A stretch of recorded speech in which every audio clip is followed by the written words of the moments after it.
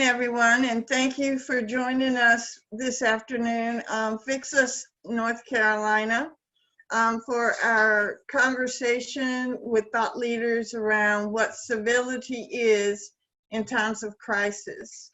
And we have a distinguished panel that we will present to you, and I'll introduce them in a minute. But first, I want to introduce you to Mike Murphy, who is with FixUS, and he's going to talk to you just a few minutes about what FixUS is and what its goals are. Mike? Well, Stella, thank you so much for organizing this event for North Carolina today on such an important day. I also want to thank Stella for being such an amazing supporter of our efforts over the years. And thank you so much to our panelists for taking the time to share your perspective today and of all days, where I know there's lots of activities and events taking place. So I'm grateful for you taking the time to do so. A brief introduction, as Stella said, to myself and to this FixUS initiative of which this conversation is part of today. So briefly, I'm Michael Murphy, and right now I'm based out in Northern Virginia at my home, but work in DC. I'm director of FixUS, which is a project housed within the Committee for a Responsible Federal Budget, which is a nonpartisan, bipartisan, nonprofit organization which advocates for fiscal responsibility in policymaking. But the mission of FixUS is different and not focused on fiscal responsibility, at least not directly. Instead, we launched FixUS earlier this year as an add-on project to our organization with the recognition that our nation's increasingly hyper-polarized political climate, our increasing distrust between citizens and our leaders and institutions, and the resulting dysfunction in our political system is inhibiting action on a range of public policy challenges, including the budget, but obviously on a range of issues. So we started FixUS to engage in various projects, efforts, and partnerships to draw attention to these problems, to better understand the drivers and roots of these issues, and ultimately over time to work with others to identify and advance solutions.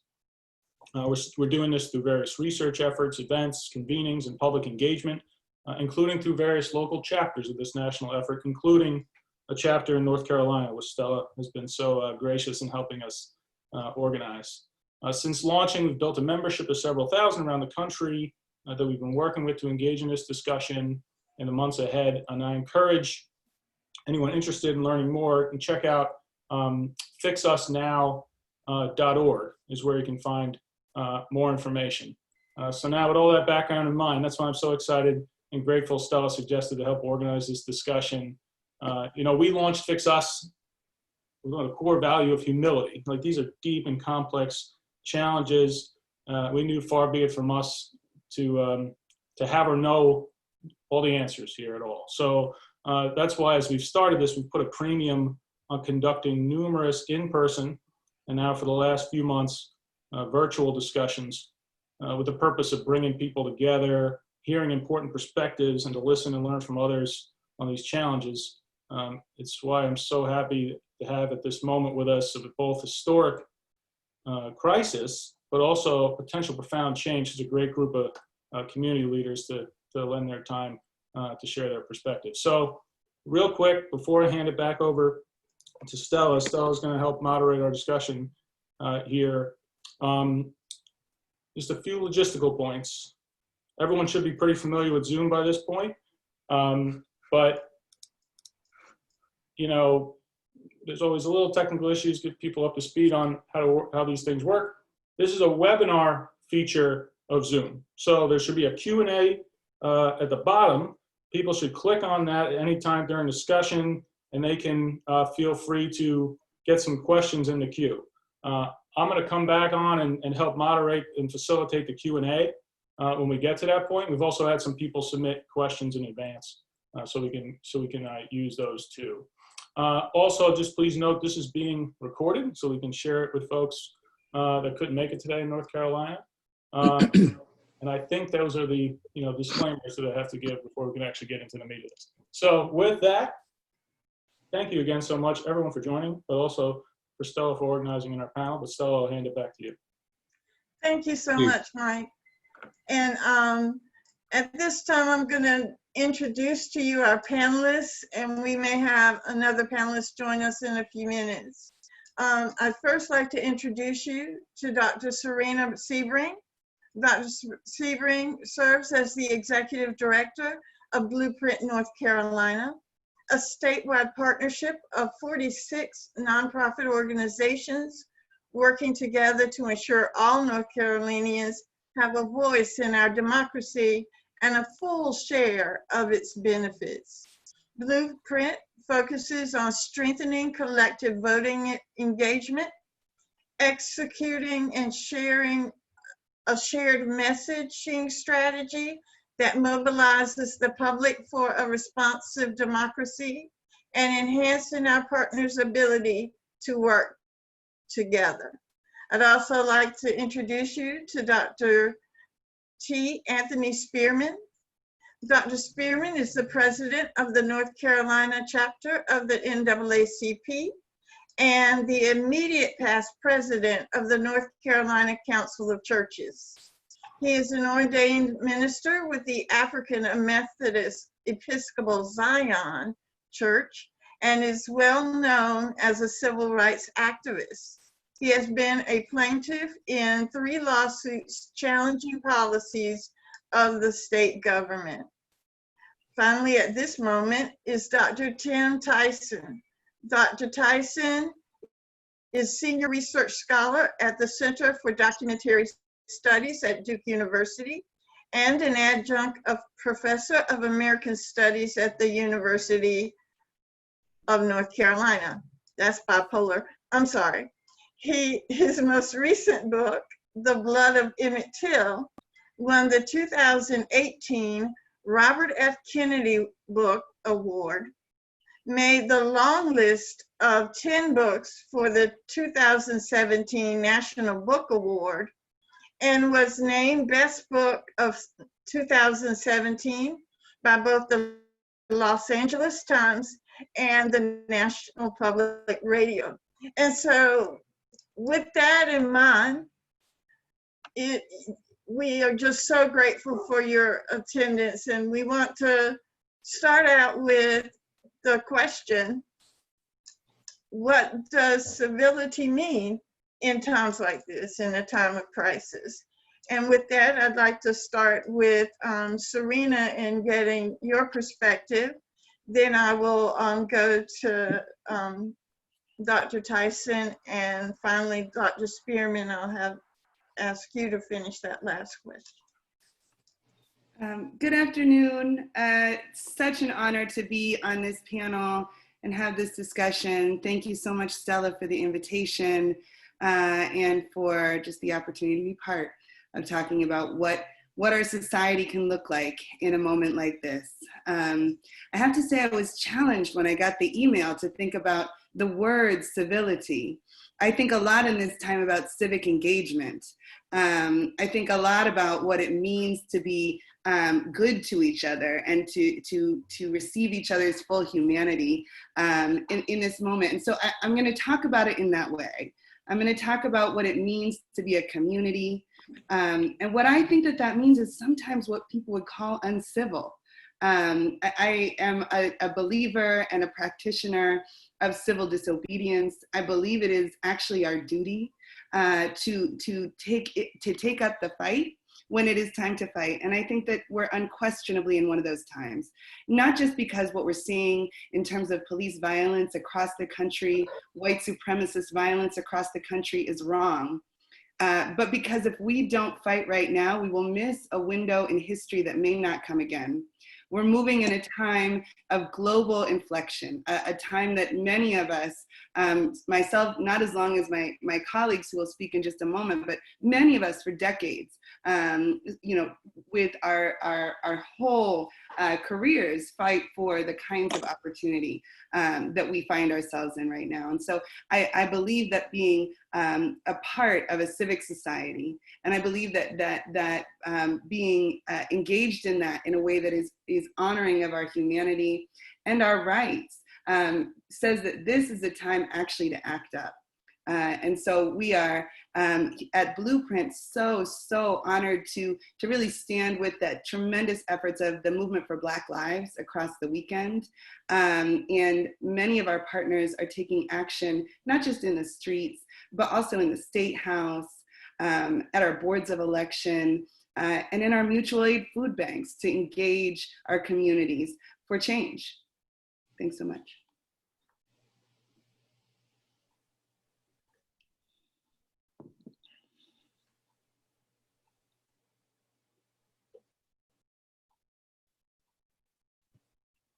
Well, Thank you, Dr. Tyson. yeah, I want to second everything that Dr. Sebring just said. And sort of what I have to say is feathering that out a little bit. I think we have to, especially here in the recent and the immediate, we have to understand that Black rage, and for that matter, the rage of citizens who want to live in a free, vibrant, multiracial democracy, is legitimate and irrepressible. And civility can be used to muffle those voices. And we have to be careful about that. Particularly in North Carolina, there's been a tradition of political civility that has its good parts, but it's often used to marginalize certain groups. And African Americans get accused of incivility when they do things that white folks do routinely. There's Black rage in particular has been uncomfortable and unacceptable because of stereotypes about people. I will say that looking deep though, because the police violence and police policies, thinking about policing is the immediate issue that set this off. But it goes back, this is about 400 years of second-class citizenship going from slavery to Jim Crow. And also when African Americans in North Carolina and across the country have asserted themselves politically and tried to have that civic engagement, they have been shut down by violence and fraud and then disfranchised. So you have to that has to be part of the context. I do think when we're talking about that deep history though, there's a lot to learn. And you have to understand that many people don't have the slightest idea about, when people started talking about the Tulsa massacre of the last couple of days because of the only president we have is having his rally there. A lot of people are drawing a blank. Like that, when I teach African American history and the history of the South and the history of race politics, when we get to things like, the overthrow of the North Carolina democratically elected interracial government in 1898 and 1900, and then the disfranchisement and the Wilmington massacre, in which we're talking about blood in the streets. Black citizenship has been so unacceptable that it leads to white violence. And when we go back and look at that stuff, which has to be taken into consideration, because it's the context in which we're working, because we're trying to change history, and you have to know from whence you come. That needs to be done in a certain an ordinary use of the word civility, not to contain the content, but simply to communicate clearly, because it's nobody living today is responsible for the Atlantic slave trade or the Wilmington massacre. We are responsible for the legacy of those things that is unfolding all around us. But we know the deep history, which is a very important thing. We do need to be clear and civil. It's an occasion which we can do that, but we cannot let notions of civility contain, muffle, and marginalize us. Thank you. Dr. Spearman? Yeah, and I want to thank my colleagues, and I too want to ditto everything that they've said. I just want to take a little time to to turn within this whole notion of civility. Basically, before I leave home just about every day now, I preamble myself, if you will. And what I mean by that is that I recite the preamble of the Constitution to remind myself of some of the things that I hope to be able to bring into fruition before I leave this earth. And the first 14 words of that preamble are: we, the people of the United States, in order to form a more perfect union. Now, there's something to be said for those last three words. A more perfect union suggests that there was a perfect union to start with, which we, of course, know that there was not. And so, what can I do? How can I bring something to the table to bring about a more perfect union? And when I think about those terms, I, as the religious person that I am, I can't help but to go to the Word of God and find there in a verse of scripture in the book of Philippians, where it says, in your relationships, in the second chapter of Philippians, in the 5th verse, says, in your relationships with one another, have the same mindset as Christ Jesus, who being in very nature God, did not consider equality with God something to be used to his own advantage. And don't let that who being in the same nature God, because we are also in the same nature God as the imago Dei that we were created as. And so we have the capacity, we have the potential to be the best we's that we can be. We have in us the ability to do and to forge forward to create this more perfect union that our Constitution talks about. And if there were more of us that would adhere to those words, bring them off the page, and be the embodiment of those words, then certainly in times of crisis, we would always be able to remain civil beings. So there's something to be said for intra-civility, I guess, for lack of a better way of putting it. There's an intra-civility that must forge the inter-civility that we all engage in.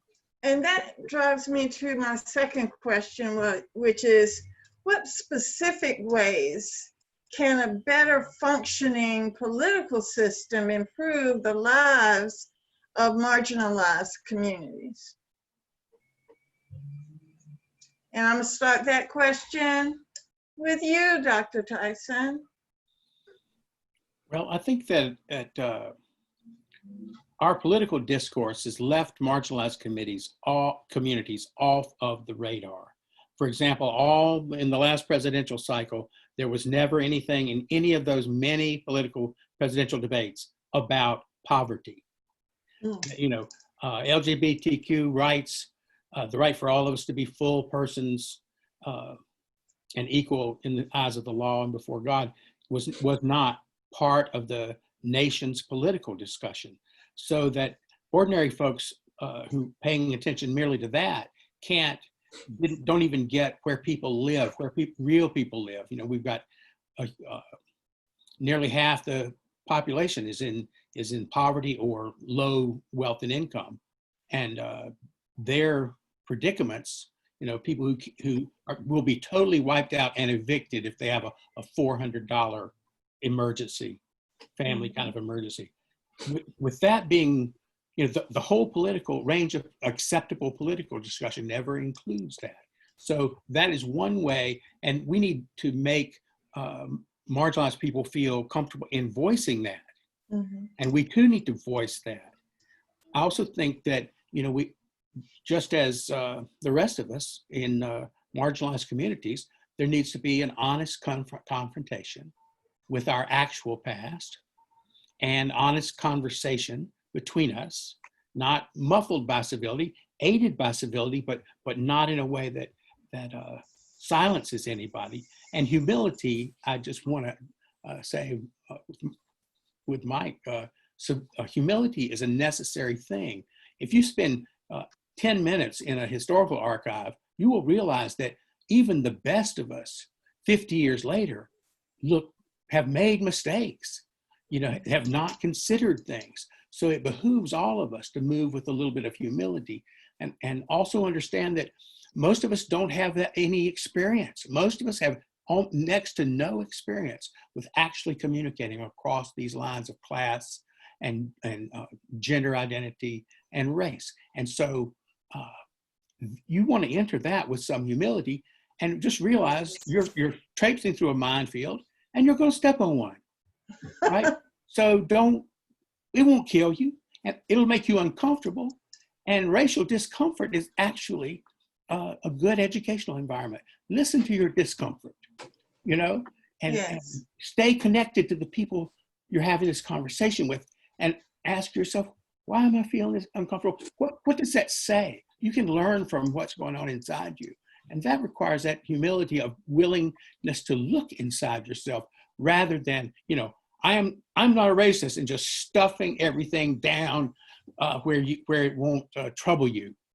And so somewhere down near that racist bone, and people are always talking about, that you don't have.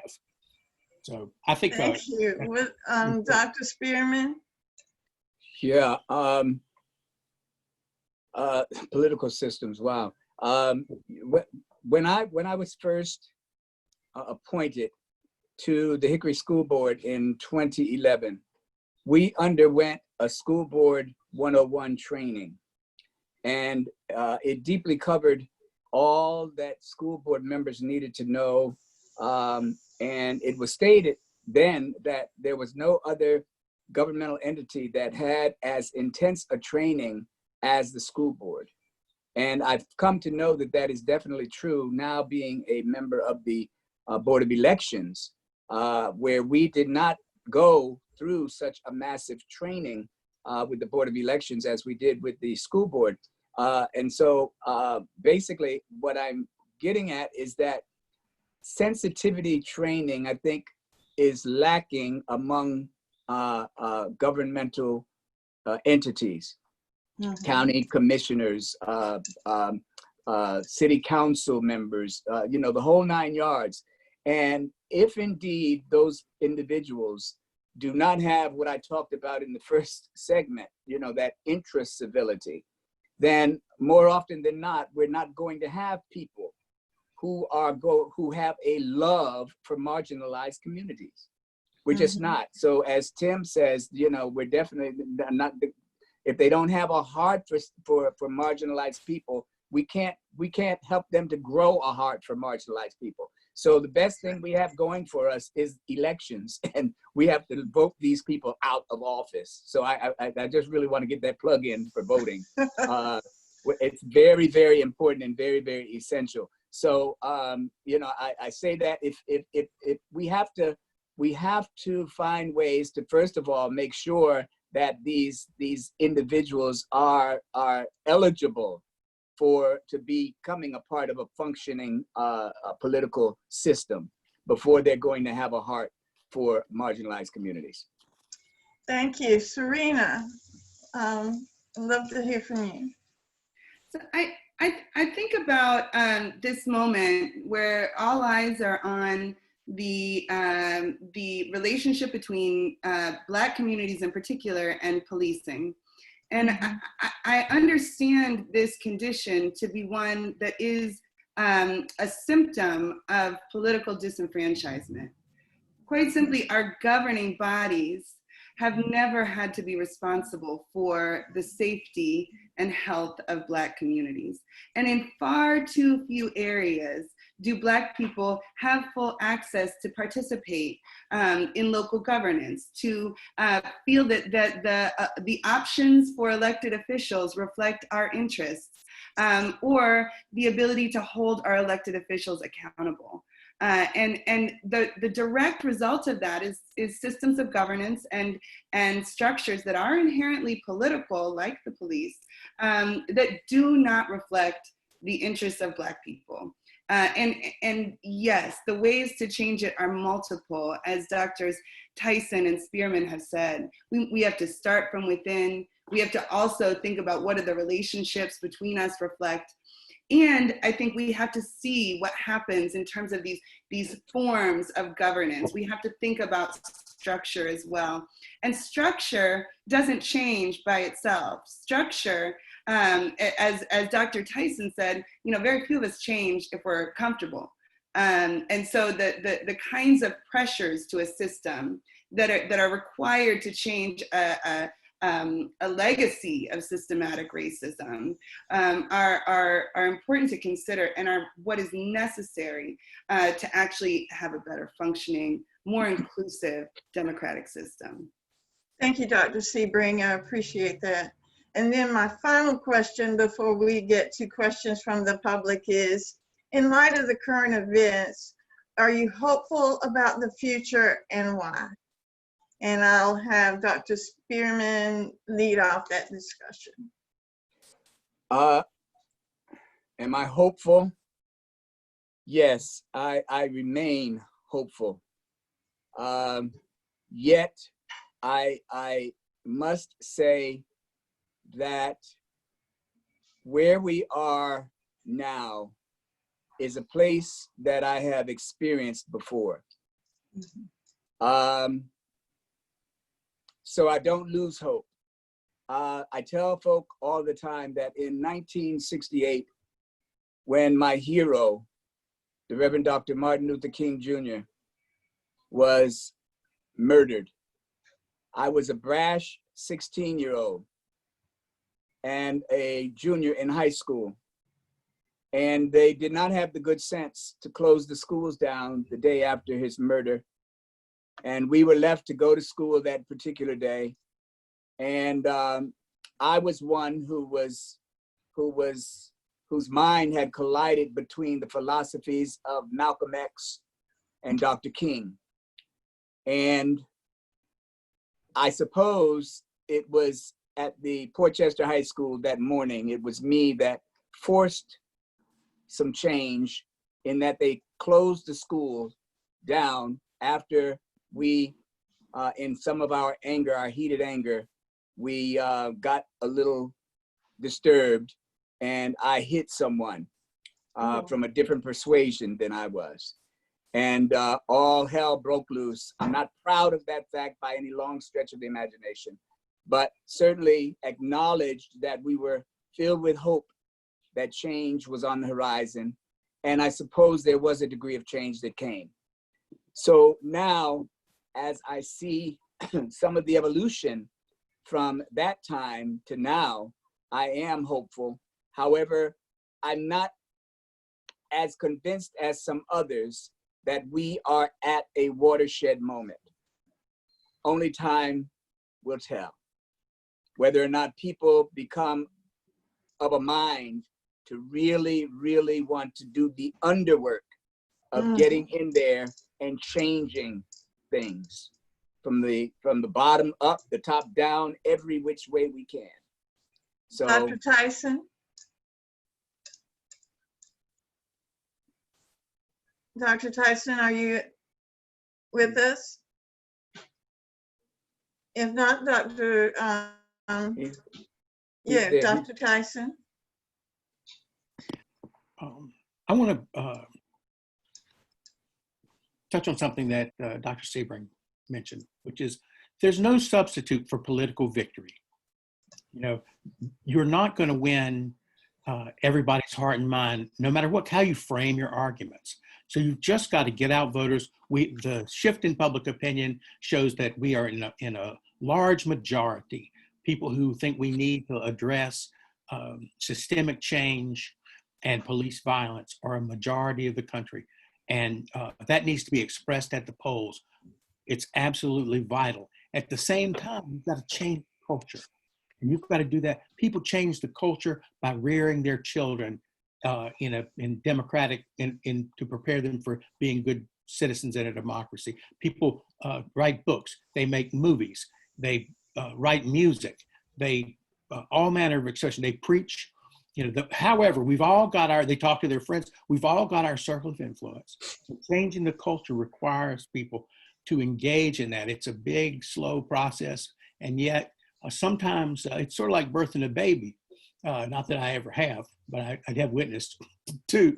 It comes all at once, and the pangs are upon you, and it doesn't care if you're ready. And there's a certain brutal quality to it almost, and yet it's kind of beautiful spiritual quality. But still, it's a sudden thing, and it pushes. But then that happens after 9 months.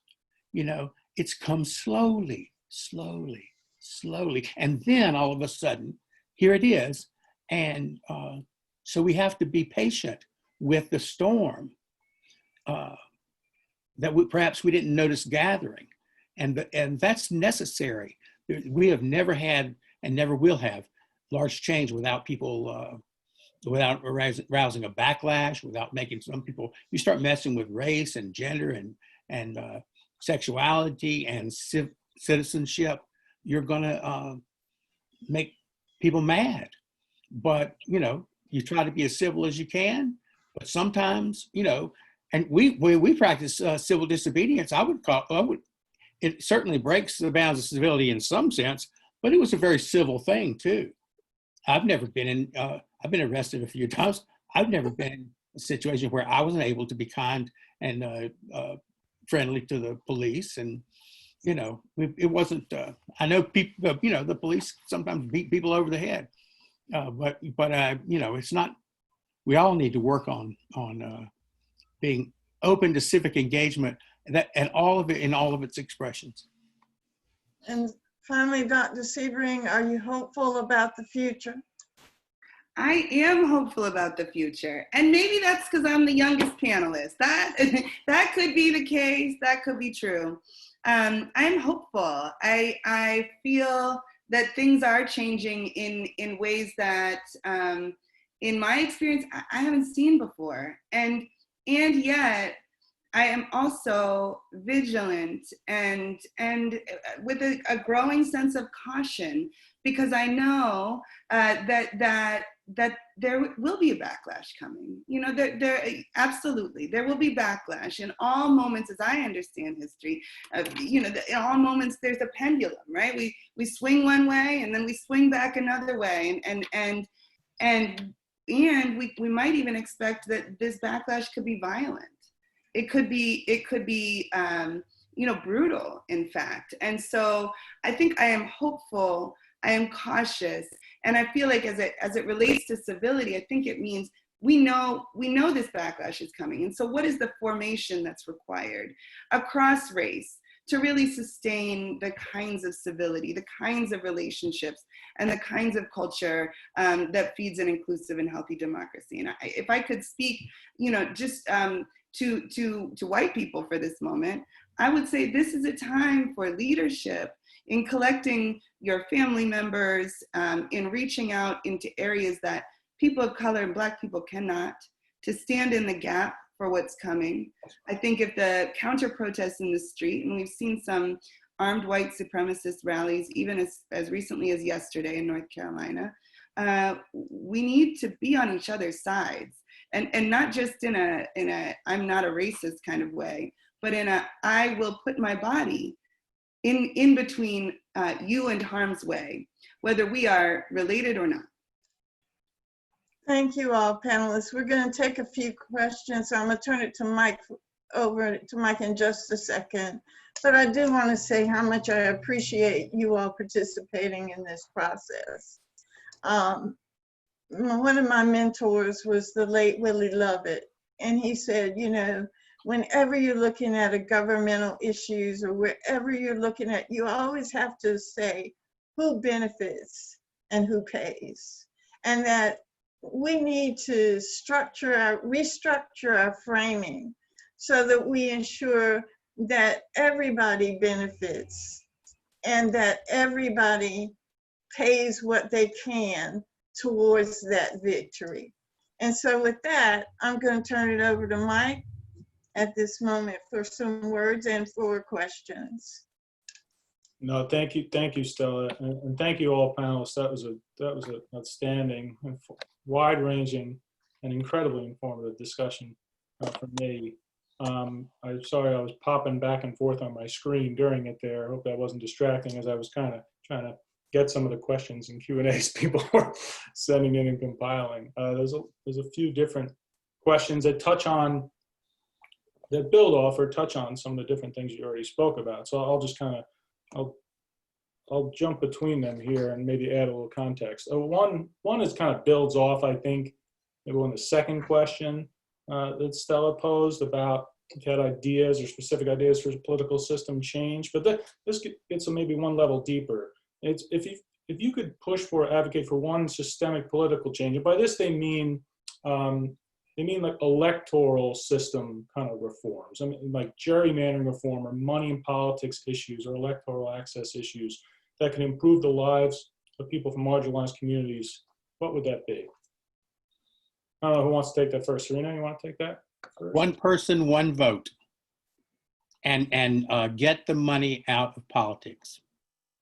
We have to cut off the influence of the super wealthy and corporations, which are not usually for the common good, as the preamble says. And I think above all, we need to have everybody's vote be worth the same, and there has to be national protection of voting rights. You can't sit here and call it a democracy when you have let them destroy the Voting Rights Act and you refuse to work to reinstate it and to guarantee voting rights. It's the basic requirement of a democracy. Is everybody has, full and easy access to the ballot. Full and easy access to the full and easy access to the ballot, and also we also must regain confidence and trust in this system. There are so many ways that our system presently is vulnerable to those, cyber security needs to be enhanced. We need to make sure that when you talk about one person, one vote, you have to also make sure that you are aware of all of the things that imply or that can come into play that prevent persons from actually having one full vote, because there are ways that they can hack systems to make sure that that's not happening as well. Dr. Sebring? In extension of what's been offered, I would add two things. One is to adapt to this moment in which we find ourselves in a pandemic and to ensure safe elections. The disparate impact of COVID-19 on Black communities and Latinx communities means that these communities run a real risk of facing even further challenges to exercising a right to vote. And so ensuring safe elections this year is one of those things. Another thing I would say is mass incarceration. We see, when we see 1 in 5 Black men engaged in the system, many of those engagements meaning a loss of the right to vote, we see again how a disparate impact in social conditions actually can shape electoral outcomes. And so we really have to make sure that we expand access. I'll go to the next question here. Let's see if I can phrase this one right. And it's, this one we could probably host for sure another full panel discussion on. Many of you touched on in different ways, okay, the idea that we don't have an honest assessment of our nation's history, okay? And the question here is, what are your thoughts on when it comes to our education system? How can we, or should we be thinking about reforms within our education system, how we teach history, how we teach civics, these sorts of issues in terms of helping over the long term for systemic change? That's a big one, but I think it's an interesting question.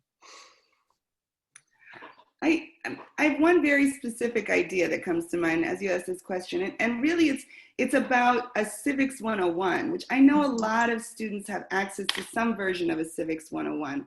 I will say, without actually engaging the local governance structures, in a more applied or practice kind of way, these lessons go over many of our students' heads.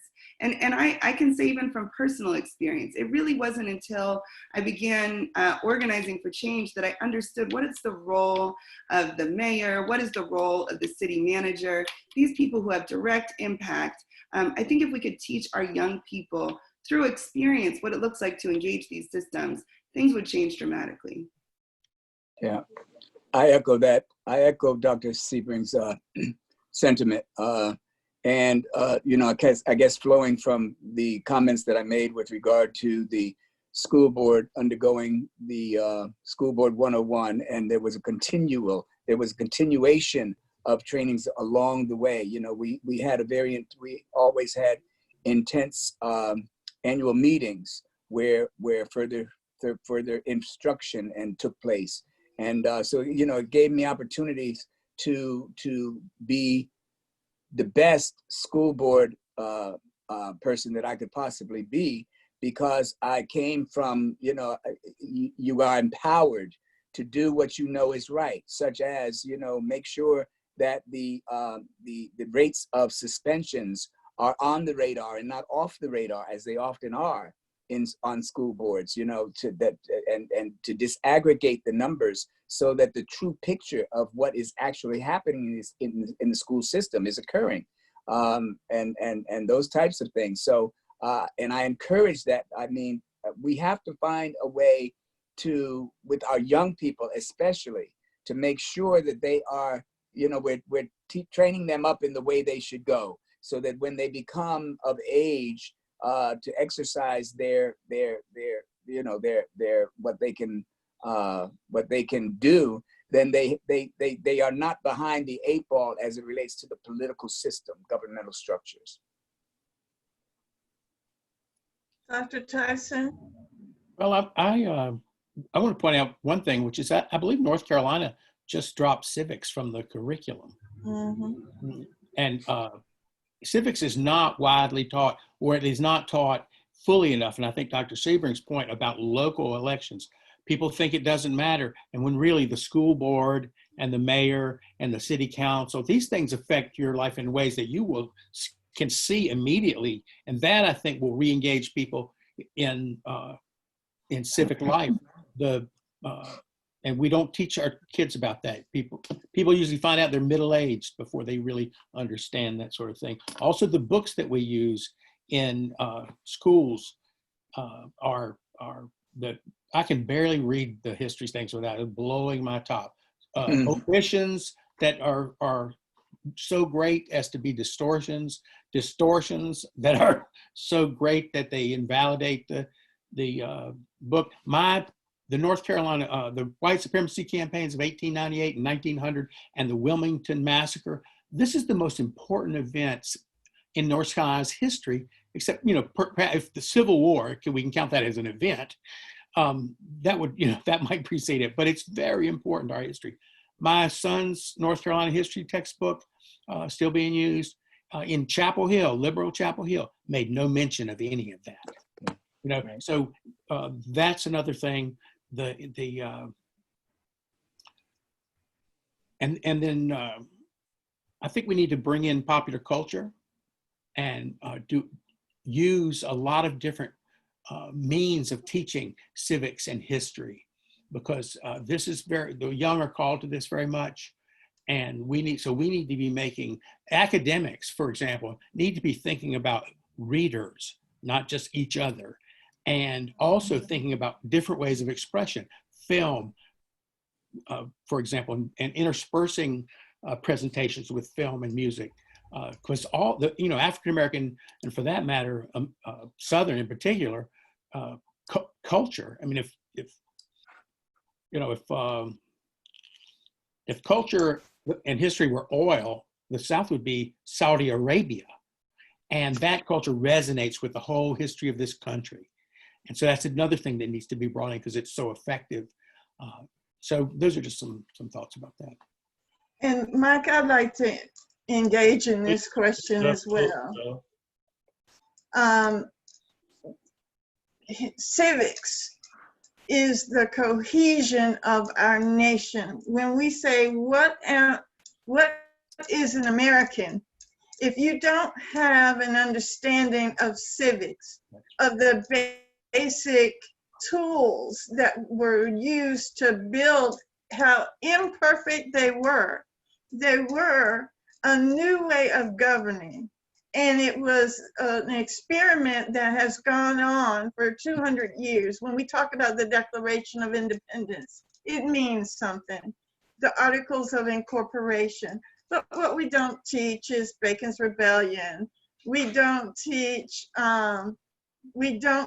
about the other types of that America is trial and error, but it always ends up moving forward to accept and create opportunities for people. But you have to understand the basic foundations of why we are Americans and what it means to be an American. And if you don't understand those basic precepts of how America was created, and if you don't struggle with the wrongs of America, okay, the economics of America, the struggles with civil rights and human rights in America, and if we act like that was not part of the growth of America, then we make a mistake. We don't brush. We have been a country that's aired our grievances, not buried them under the rug. And so civility, civics, and civil rights all go together to create a better America for us all. All right. So I think we probably have time for one more question. And this one probably could take a while too. This one has to do, I'm paraphrasing here, but they're trying to get at the point of how do you balance pragmatism and compromise versus idealism, right? So with the context of the question being that we live in a government with separation of powers. It's sort of intentionally designed for kind of slow, kind of pragmatic and not wide sweeping change, right? Also live in an incredibly polarized, equally divided political system. With the context there and the points you've all made on the need for broad systemic change, what are your thoughts on how do you balance in this moment the pragmatism, compromise versus the ideal systemic change we all see?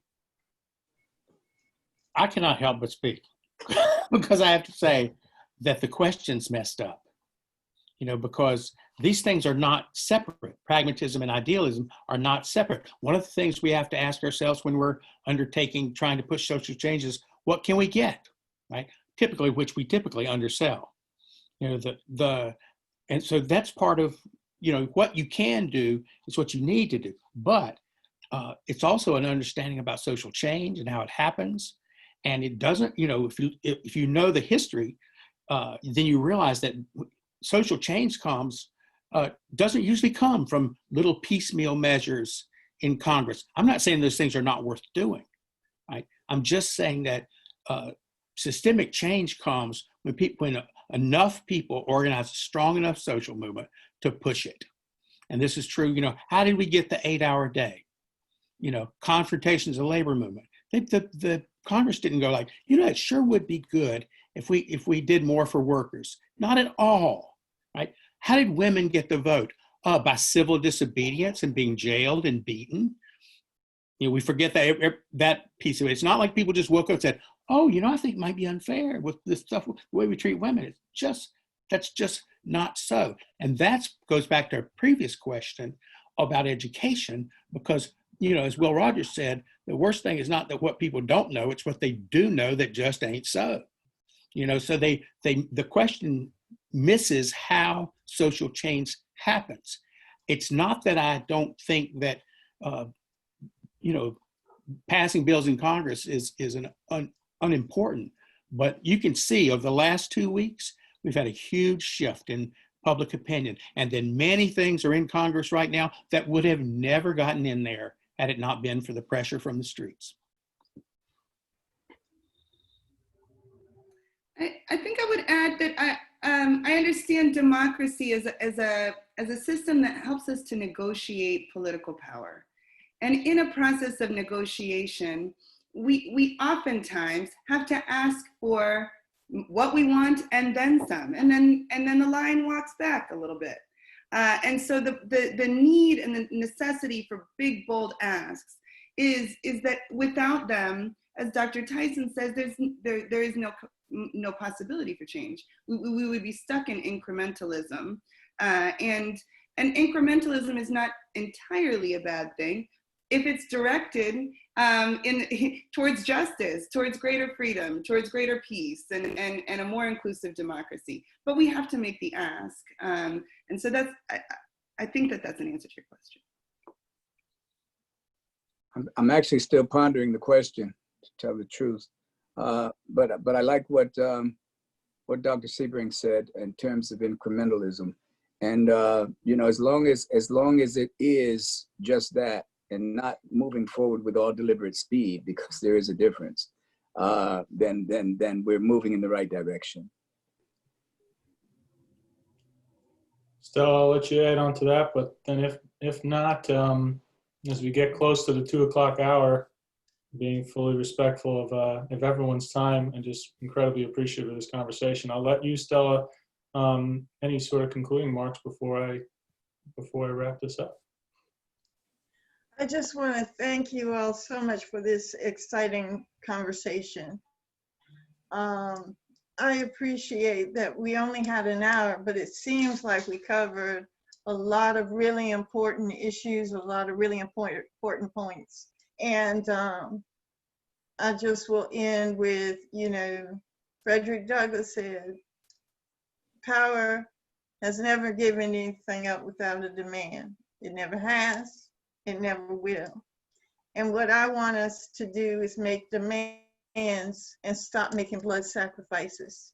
And with that, these conversations around civility means that we're engaged in conversations based on our demands and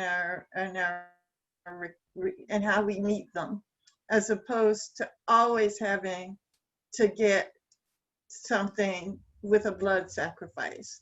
So that's how I'd like to end this, so that it makes people ponder for our next episode. Right? Yeah. Good tease for the next episode. Dr. Spearman, Dr. Sebring, and Dr. Tyson, thank you so much for doing this. And Stella, as I said at the outset, thank you so much for your work with us and for organizing and hosting this discussion. Thank you, everybody who tuned in. With that, I bid you all a great day. Thank you all so much. Take care, everybody.